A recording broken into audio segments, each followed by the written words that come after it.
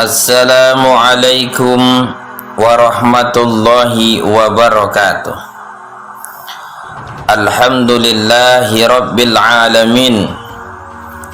Wassalatu wassalamu ala ashrafil anbiya'i wal mursalin Sayyidina wa maulana Muhammadin wa ala alihi wa ashabihi ajma'in tahirin, amma ba'du. Saudara-saudara kaum muslimin yang saya hormati, Idul Fitri adalah hari kemenangan bagi seluruh umat Islam di seluruh dunia, yakni bagi orang-orang yang menjalankan ibadah puasa. Idul Fitri berbeda dengan Lebaran. Lebaran adalah suatu budaya yang semua bisa ikut Lebaran. Orang kaya ikut Lebaran, orang miskin bisa ikut Lebaran.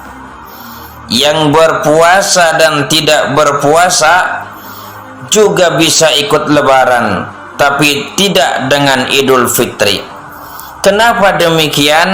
Sebab Idul Fitri apabila diterjemahkan ke dalam bahasa Indonesia artinya adalah kembali kepada fitrah, kembali kepada suci, artinya bersih dari dosa. Setelah menjalankan ibadah puasa di bulan Ramadan, maka dosa-dosa yang terdahulu diampuni oleh Allah Subhanahu wa taala. Sebagaimana sabda Rasulullah sallallahu alaihi wasallam, "Man shoma Ramadana imanan wa ihtisaban, ghufira lahu ma taqaddama min dzambih." Barang siapa yang berpuasa di bulan Ramadan dengan iman dan mengharap ridho dari Allah Subhanahu wa ta'ala, maka akan diampuni dosa-dosanya yang sudah lalu. Saudara-saudara kaum muslimin yang saya hormati, pada suatu ketika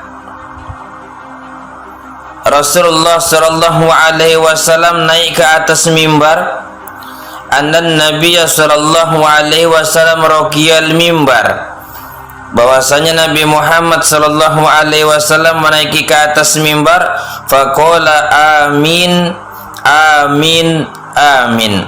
Beliau mengatakan amin sebanyak 3 kali. Para sahabat bertanya, "Ya Rasulullah, ada apakah gerangan? Tidak ada angin, tidak ada hujan, tidak ada badai, engkau mengatakan amin. Belum pernah aku melihatnya." Faqala li Jibrilun, Jibril berkata kepadaku, Jibril berdoa, "Ragima anfu abdin dakhala alaihi ramadanu falam yughfar lahu fakultu amin." Celaka bagi seseorang yang menemui Ramadan, yang di dalam bulan Ramadan, namun ketika Ramadan sudah berakhir, Ramadan sudah meninggalkannya, dosanya tidak diampuni. Maka aku mengatakan amin. Ramadan adalah bulan yang penuh dengan rahmat. Ramadan yang tengahnya adalah maghfirah dan yang akhirnya adalah itqun minan nar. Alangkah ironisnya jika masih ada seorang hamba atau umat Rasulullah sallallahu alaihi wasallam ketika menemui bulan Ramadan dan Ramadan akhirnya pergi lagi, dosanya belum terampuni. Maka Nabi Muhammad sallallahu alaihi wasallam berkata amin. Lalu yang kedua, ragima anfu abdin dzukirta indahu falam yusalli alaik faqala fakultu amin. Yang kedua, kata malaikat Jibril berdoa, celaka bagi orang yang ketika namamu Muhammad disebut maka dia tidak bersalawat kepadamu. Maka Rasulullah sallallahu alaihi wasallam mengatakan amin.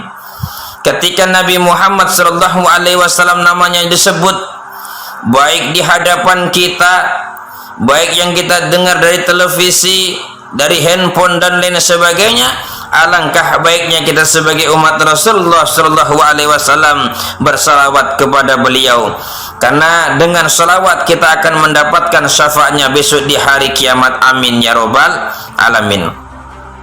Lantas amin yang ketiga, malaikat Jibril berdoa, raghima anfu abdin adraka walidai au ahadahuma falam yudkhilhul jannah fakultu amin. Yang ketiga adalah celaka bagi orang yang masih menjumpai kedua orang tuanya atau dari salah satu keduanya tapi tidak bisa masukkan ke dalam surga. Orang tua adalah orang yang sudah melahirkan kita.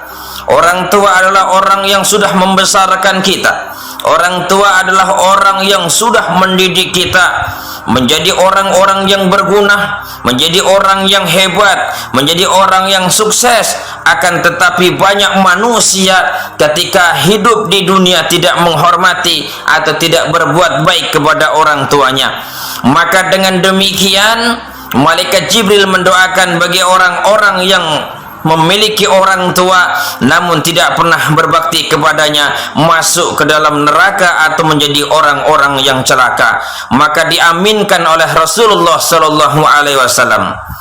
Alangkah mustahil kalau doa yang dipanjatkan oleh malaikat Jibril dan diaminkan Rasulullah sallallahu alaihi wasallam, doa tersebut tertolak. Saudara kaum muslimin yang berbahagia, mudah-mudahan kita semua adalah golongan umat Rasulullah sallallahu alaihi wasallam yang terhindar atau tidak termasuk orang-orang yang didoakan oleh malaikat Jibril alaihissalam. Dan kita semua mudah-mudahan menjadi golongan umat-umat Rasulullah sallallahu alaihi wasallam yang taat kepada Allah dan Rasulnya, dan suatu saat nanti kita akan menjadi umat-umat yang tattaqun, umat-umat yang bertakwa kepada Allah sehingga kita dimasukkan ke dalam surganya Allah subhanahu wa ta'ala. Demikian yang dapat saya sampaikan. Usikum wa nafsi bitaqwallah. Wassalamualaikum warahmatullahi wabarakatuh.